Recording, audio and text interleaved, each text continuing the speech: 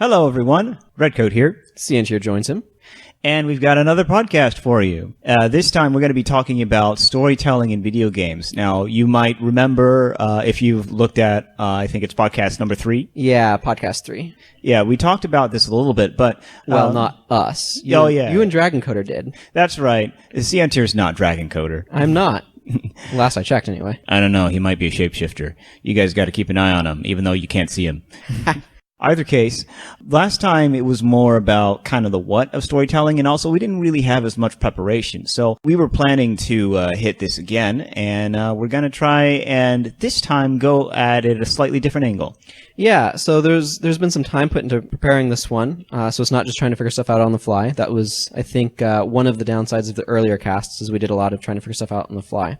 So we're really wanting to focus today on a lot of what I'm referring to as like the tools of storytelling in games. They're an interesting medium because they do allow for a very wide variety of storytelling experiences, but there's, I kind of think, a bit of a more narrow band of actual tools that are used to do this. And when I say tool, I think it'll become kind of apparent, the sort of thing I'm talking about as we go through them.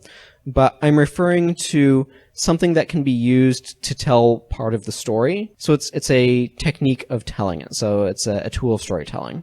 Right. So let's try and get into this one. Yeah, let's jump right in. One of our first methodologies, and this is something that a lot of gamers should be fairly familiar with. Really, most of these you'll recognize, I think.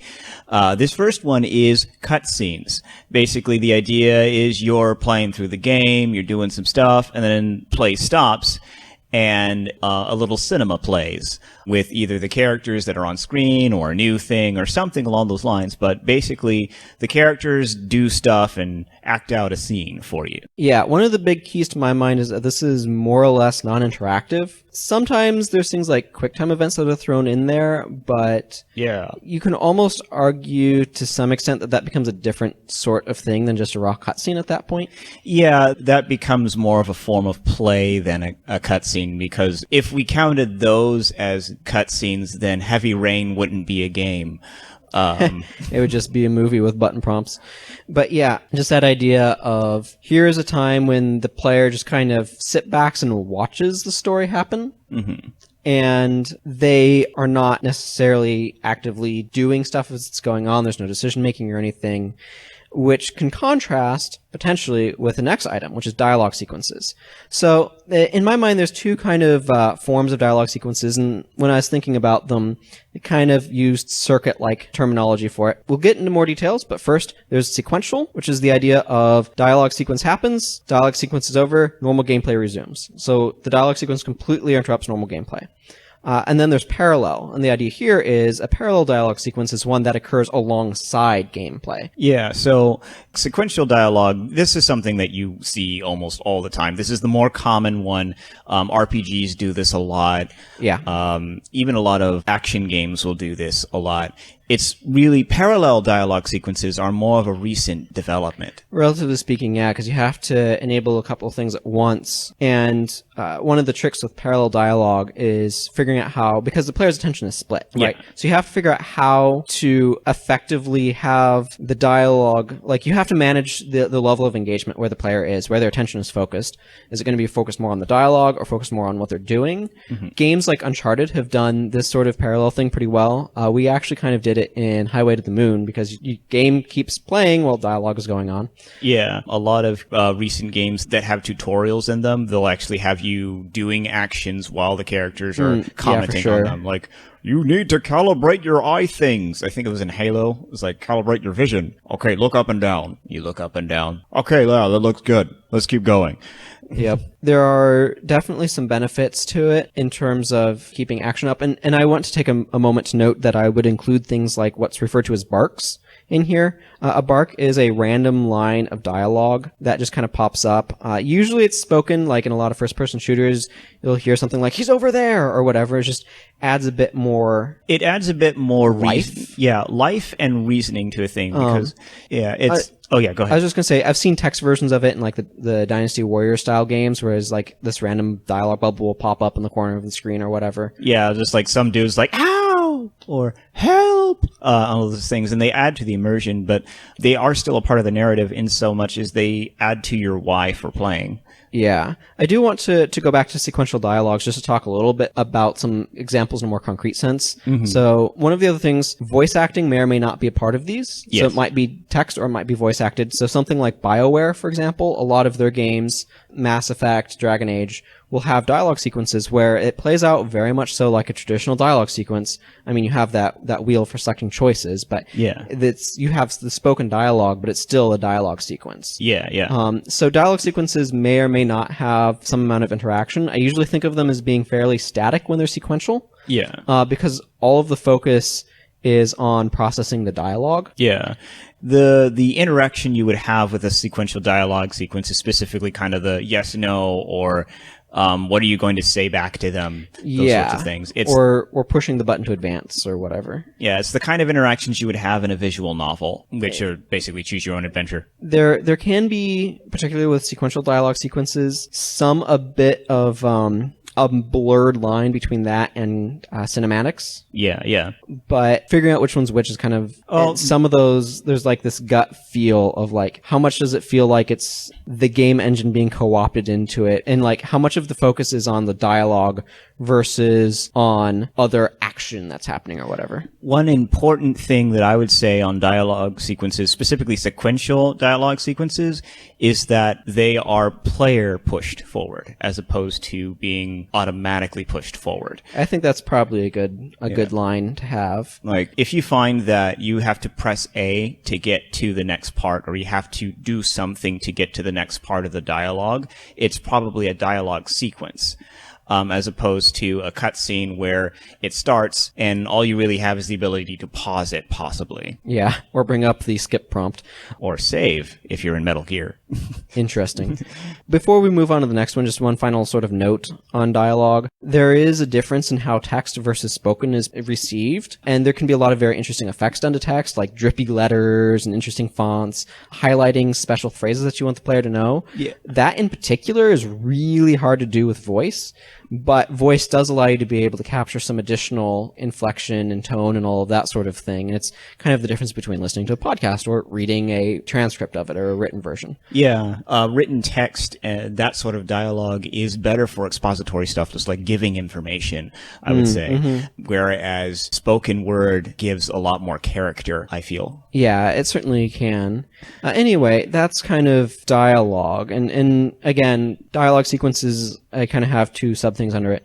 The next sort of thing, I think we settled on dossiers for the term here, but blurb was kind of my original word. And I just mentioned that because the idea here is it's kind of, there's some amount of self-containedness to this. Yes. The idea here is... whereas the other two are ways of conveying your narrative or your story through events that the player is either watching or playing through. This is particularly conveying your information through basically logs or files or just lots of information that the player can look at their leisure. Yeah. While the previous two were present tense, this one is very much so past tense, typically. Yeah. The best example that I can give is Metroid Prime. Whenever you scan an enemy or you find a computer that you can scan, all of that information that you get, that's optional information about past events that you can read at your leisure to get an understanding of the implications. Yeah. Other examples, in my mind, sort of the thing that I was thinking of here when I was first thinking about what are ways this sort of thing is told, are the item descriptions in Dark Souls games. Yeah. Right, where when you look at an item, you can read on a description, and it'll tell you some about the world. That's the way that they do lore building in that game. And I feel that dossiers are often used more for like world building purposes than actually telling part of the story. They're about giving the story context. Yeah, because one of the things about dossiers is that it's completely up to the player to decide whether or not they want to read them. Yeah, absolutely. Another example that I think of are things like the books in Skyrim. Yeah. Or Elder Scrolls games in general, I suppose, probably have books. But it gives you this opportunity to see into the world. And it's very interesting because it's a way of doing world building that's in-world. Yeah, and that's one of the other things about dossiers is that they don't necessarily have to be in that library that's off to the side that you can, look up and then dig through to find your information. This can be on items that you're just getting throughout the game. Like, as you said, with Dark Souls, every item in the game has an item description on it. Yeah, or things where you might pick up a note that somebody left on a tabletop, right? It's got, here's what my thinking was when I did this thing, that you're like, oh, now all of these things that I've been playing in this game make a lot more sense. Yeah, or things like that. Resident Evil, the earlier Resident Evil games did this a ton, actually. Just all sorts of notes from researchers or people who eventually turned into zombies. If you're paying attention as a player, you'll actually know some of the zombies were those people, the things that you end up actually having to kill. Just a couple of other examples. In Tomb Raider games, or at least Tomb Raider 2013, I think it was, when they started doing the reboot, you could pick up relics, and these would have descriptions. Middle-earth, Shadow of Mordor, there's also things that you can find that have descriptions on them. All of these sorts of little world-building things that, you know, they're not important to knowing what's going on in the story, but they give nice world-building or context. That kind of fits into this category of dossiers. Yeah. And moving on to our next one. Yeah, this begins kind of almost more of the observational aspect of storytelling, and it's this concept of environmental details. So this has to do with what's done in the environment, where the player is playing. Things like the art, the level design. You can include things like what sort of palette choices are being made and stuff like that here as well. And sort of how the world's put together. For example, a broken castle or a castle wall that's been busted down that NPCs are repairing kind of in the background. It's not something that you're ever interacting with, but gives you a feeling for what's going on, and it helps build the impact of the narrative. This is an interesting part because the first thing that an environmental detail grants you is it can grant you the tone of your story, it can grant you the feeling, the overall ideas of what's happening, but it can also, if done correctly, it will grant you more of a feeling of the implications of your actions. Because it's things like, when you were here before, let's say Dark Souls, for instance, there's a firekeeper that hangs out at the first... in Dark Souls 1 at Firelink Shrine, there's a firekeeper that's basically down some stairs just right next to Firelink. Yeah, and she's just kind of there. Well, eventually, after doing things for a while, she'll be gone. Well, specifically, she'll be dead, and you'll pick up remains that are like, oh, somebody murdered her. Yeah. Go get revenge. So this is actually a combination of, well, there's a little bit of a combination between dossier and environmental details, but the first thing is the detail that she's not there anymore. Yeah, well, and you can also pick up an additional detail of an NPC that was sitting across from her. It's also gone. Yeah, and the thing here is that a lot of the storytelling here is inferred data. It's, you look there and she's gone. You're like, oh, she's gone. Where is she? Well, there's her soul. Oh dear, somebody killed her. And then there was that dude over there, and he said something really suspicious last time. I first ran into him in a prison cell. Yeah, and so these are more subtle details. And I mean, there are more bombastic ones, like I think to Tales of, why am I blanking on the name now? GameCube Tales. Symphonia. Yes, Symphonia. So Tales of Symphonia, there's a town that's ruined. Yeah. Like the first time you go there, the kids are running around doing stuff. It's really bright and everything. And later on, a big thing happens and the town is destroyed. And if you go there, it is still destroyed. Yeah, but then you can give money and see it get repaired. It also makes me think a little bit of Majora's Mask, where when you beat one of the bosses, the world changes to show, oh yeah, you did a big thing that mattered, and beating that boss had a huge significance. Or I think in Ocarina of Time even, when you beat the water temple, the lake filled back up. Yeah, and these are details that if you're not really paying attention as a designer, you might forget to put these in there because you're like, well, the player had their victory. Okay, cool. Yeah, speaking of forgetting details, I want to talk about an example of why this sort of thing is really important. Guild Wars factions. So this was the second campaign of Guild Wars 1. I will probably get into the model they used much later in terms of selling the games. Yeah. But in Guild Wars factions, it was called that because the idea was you had these two factions, the Luxons and the Kurziks, and of course they had derogatory slang for each other because a lot of the focus was on this PvP interaction, this concept of alliance battles. So you could see on the map where the line had been pushed based upon the PvP battles that were going on, and unfortunately they ruined them between they basically had a weekend where you got to play the game early and they were able to stress test everything, and they had alliance battles then, and then they released the game and they ruined them. But or at least in my opinion they did. But you'd fight in these things and it would push this line back and forth. Whoever controlled more territory would control towns, and you could have guilds that did a lot of fighting in these battles that would get perks for owning towns, like discount merchants and stuff like that, their name on the town. And then you look at the game world and you're like, I don't feel this conflict between the Kurziks and Luxons at all. Their areas are super segregated. There's no route between them. Think of it kind of like two bananas laying curved sides away from each other. So you've got kind of like this ovoid of banana. Mm-hmm. And where the stems meet at the top, you've got an area. And where the bottom of the banana meets at the bottom, you've got an area of connection. But beyond those connection points, there's no connection between them. There's a couple of PvP zones that are in locked-in locations for some additional PvP. It's a bit more casual. But you can't just like, oh, here's where the front of the battle is, here's the dividing line between the places. And on top of that, except for specific quests that would specifically be about this conflict, you didn't run into members of the opposing side fighting. That line, it didn't mean anything in terms of what sort of enemies in the world you're interacting with.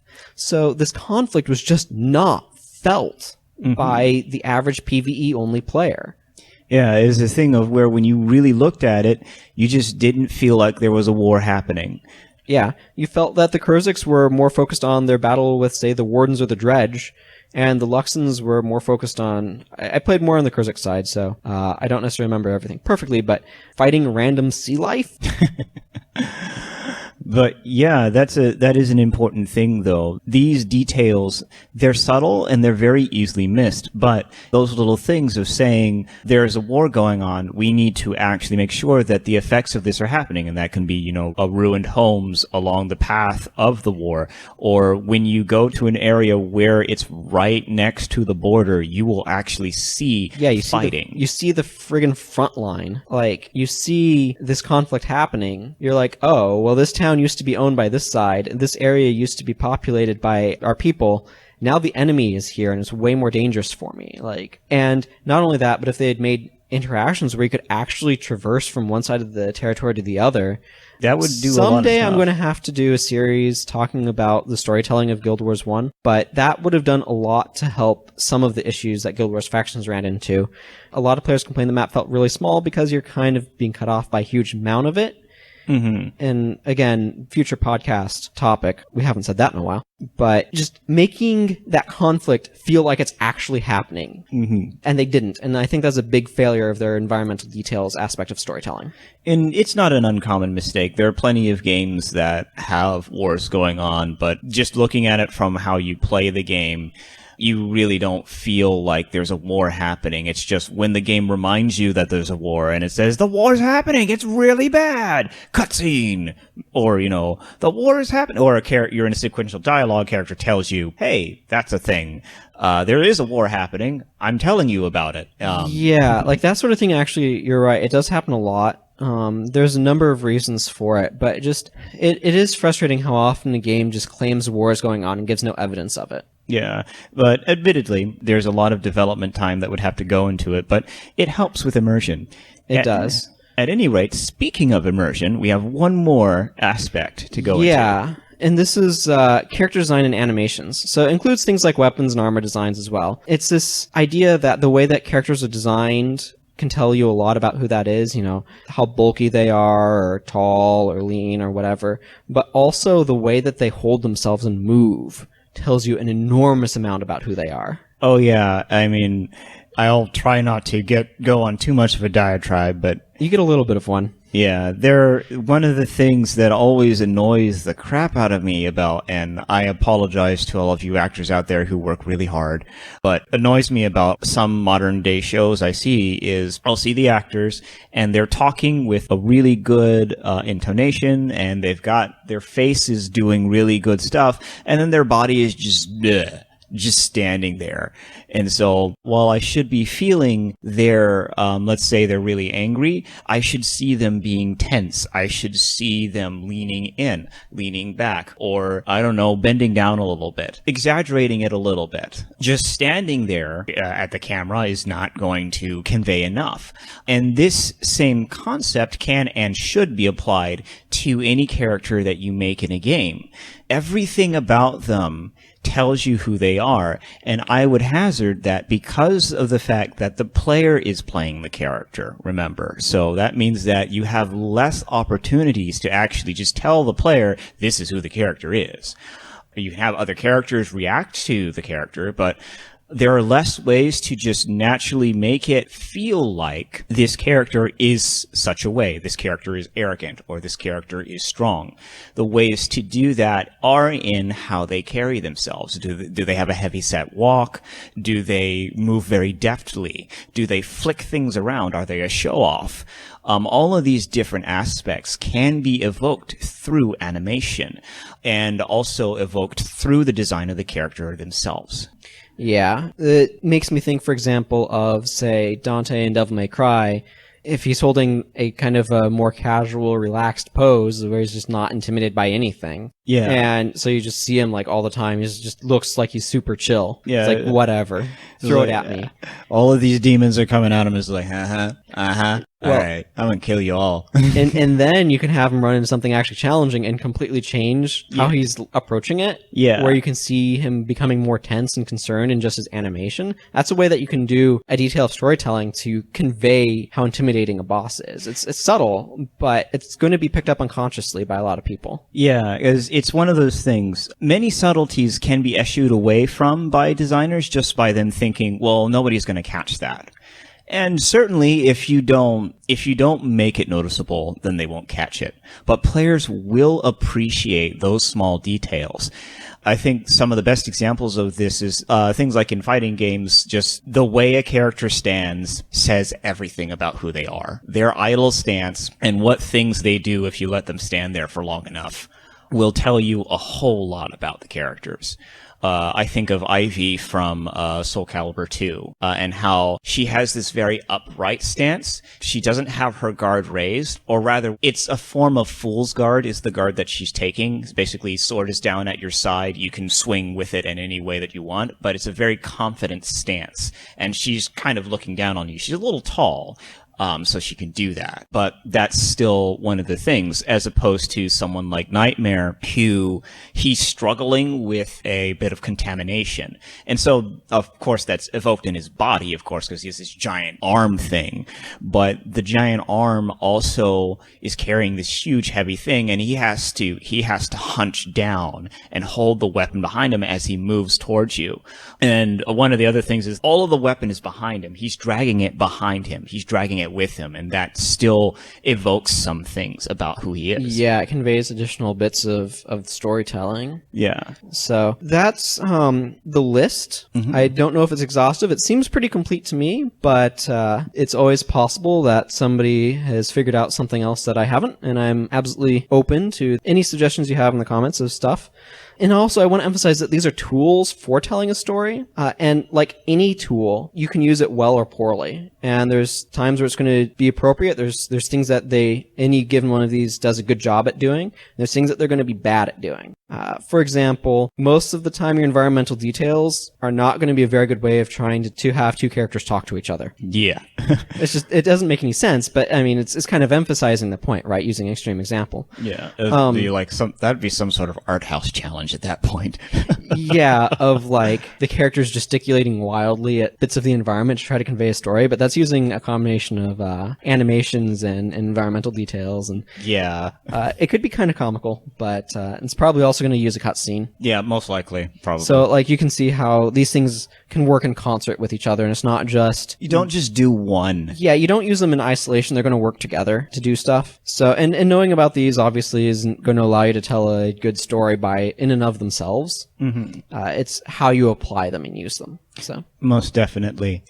So that about wraps it up for part 1 of our talks about storytelling in video games. Yes, and part 2 is going to be coming next week, and that is where we're going to look at this sort of interesting concept of interactivity with stories in games. Yeah, it's something that games in particular bring to storytelling, and it's one of the more fascinating facets of it.